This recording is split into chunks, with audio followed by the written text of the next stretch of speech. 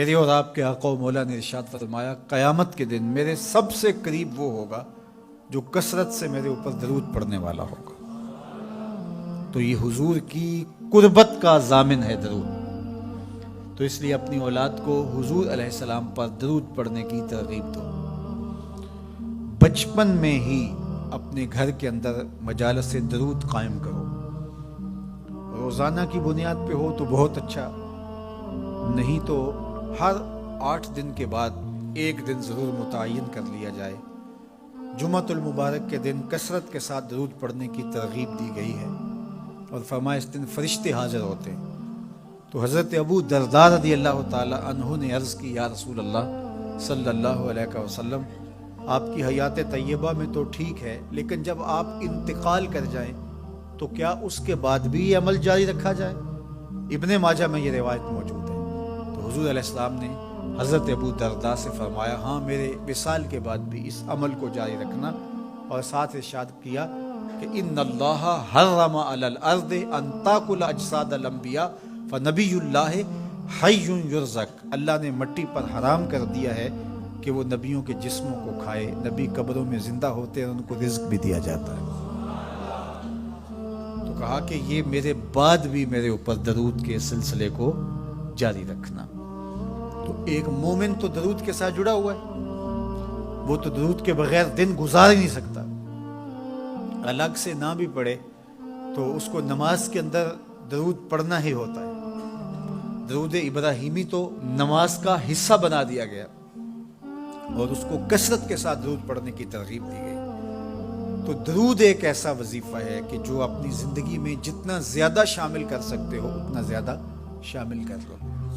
ویسے بھی درود پڑھنے سے بچوں میں تقدس پیدا ہوتا ہے. بچے پاک دامن رہیں، عفت مآب رہیں، ان کی طبع میں تقدس رہے. آپ چاہتے ہیں، ہر ماں باپ چاہتا ہے. اور پھر دور موجود کے اندر جو فتنے ہیں تو بہت ضروری ہے کہ ہماری اولادیں تقدس مآب رہیں. تو ان کو درود کی ترغیب دو تو اس کا عملی نتیجہ یہی ہوگا کہ ان میں تقدس کا جوہر پیدا ہوگا اور ان کی عصمت کی حفاظت رہے گی. اور درود شریف پڑھنے والے بچے اور درود شریف نہ پڑھنے والے بچے دونوں کی عادات میں فرق ہوتا ہے. درود پڑھنے والوں کی طبع میں رقت، لطافت، نرمی، محبت، شفقت جیسے جذبات پیدا ہوتے ہیں. یہ درود شریف کا عملی نتیجہ ہے. بعض لوگوں کو شکایت ہوتی ہے کہ ہمارے بچے بڑے اکھڑ ہیں، بڑے تند مزاج ہیں، بڑے سخت گیر ہیں. تو اس کا علاج کیا ہے؟ تو اس کا علاج یہی ہے کہ ان کو درود کی تسبیح دو. درود اکڑ توڑ دیتا ہے، طبیعت کی تندی نکال دیتا ہے، طبائع کی تلخیاں ختم کر دیتا ہے، محمد عربی کے نام کی مٹھاس پیدا کر دیتا ہے.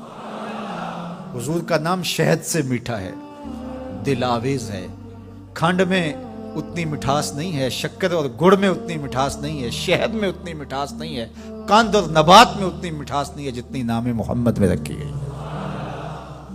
ان کا نام لبوں پر آئے، میٹھا میٹھا منہ ہو جائے. ان کے بول بہاروں جیسے اور اصحاب ستاروں جیسے. ان سا پیارا اور نہ کوئی، ان سے بچھڑ کے لکڑی روئی. جب وہ سیر کو جایا کرتے، سر پہ بادل سایا کرتے. میرے شہر کے ایک پنجابی شاعر ہیں، انہوں نے تو قلم ہی توڑ دیا نا. تینوں سینے دی میں ٹھنڈ آکھاں. اگر آپ کا ذوق ہو تو تینوں سینے دی میں ٹھنڈ آکھاں، شہد گلاب تے کھنڈ آکھاں. تینوں نبیاں دا میں لاڑا آکھاں، تیرے ہجر دے وچ میں ہاڑا آکھاں. تو ان کا نام ہی میٹھا ہے، دل آویز ہے. تو درود غصہ ختم کرتا ہے، طبیعت کی تلخی اور تندی مٹا دیتا ہے، اکھڑ پن ختم کرتا ہے. تو آپ اگر چاہیں کہ اولاد اکھڑ ہے تو ان کو کسی طرح درود پہ لے آئیں، درود کی تسبیح ان کے ہاتھ میں دے دیں. تو ان کی طبع میں نفاست بھی آئے گی، ان کی طبع میں لطافت بھی آئے گی، ان کی طبع میں رقت بھی آئے گی، ان کی طبع میں محبت بھی آئے گی، ان کی طبع کے اندر جو ہے وہ لیاقت بھی پیدا ہوگی. درود پڑھنے والا بچہ ذہنی استعداد میں درود نہ پڑھنے والے بچے سے بہتر ہوتا ہے. یہ بھی آپ تجربہ کر کے دیکھ لیں، دو بچے برابر ذہنی استعداد رکھتے ہوں اور ان میں سے ایک بچہ درود پڑھتا ہو اور ایک درود نہ پڑھتا ہو، تو درود پڑھنے والا بچہ آگے ہوگا۔ یہ درود کی برکتیں ہیں، یہ درود کی رحمتیں ہیں۔ تو درود کثرت سے پڑھنا اپنی اولاد کو سکھائیں گے۔ ہفتہ روزہ آپ محافل کا گھر میں انعقاد کر لیجئے اور اس میں صرف دروشی پڑھ لیجئے، تو انشاءاللہ اس سے آپ دیکھیں گے کہ اولاد کو اس کا فرق پڑتا ہے۔ یہ تربیت کا ایک آسان نسخہ ہے اور یہ وہ وظیفہ ہے جس سے تھکن نہیں ہوتی، یہ وہ وظیفہ ہے جس سے طبیعت میں تلخی نہیں آتی۔ کہتے ہیں وظیفہ میں نے پڑھا ہے تو وظیفہ پڑھتے پڑھتے میری طبیعت میں یہ ہو گیا ہے، وہ بعض کہتے ہیں وظیفہ الٹ پڑ گیا ہے۔ بڑے وظیفے الٹ پڑھ سکتے ہیں لیکن درود الٹ نہیں پڑھتا، درود ہے ہی سیدھا، یہ الٹوں کو بھی سیدھا کر دیتا ہے۔ تو درود پڑھیں اور یہ منہ بھی میٹھا رکھے گا، یہ دل بھی ٹھنڈا رکھے گا، یہ دنیا بھی ٹھنڈی رکھے گا اور آخرت بھی ٹھنڈی کر دے گا۔ درود چراغ بھی ہے، درود کستوری بھی ہے، خوشبو بھی ہے، مہک بھی ہے، شہد بھی ہے، گلاب بھی ہے، کھنڈ بھی ہے اور سینے کی ٹھنڈ بھی ہے۔